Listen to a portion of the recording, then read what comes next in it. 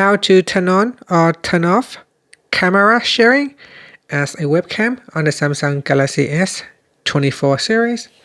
First, tap on the home button to go back to the home screen.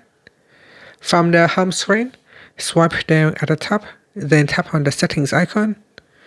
Now in the settings page, scroll down and then tap on connected devices.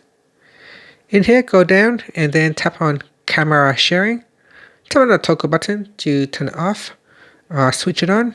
Now tap on the left hand side panel. In here you will have more information.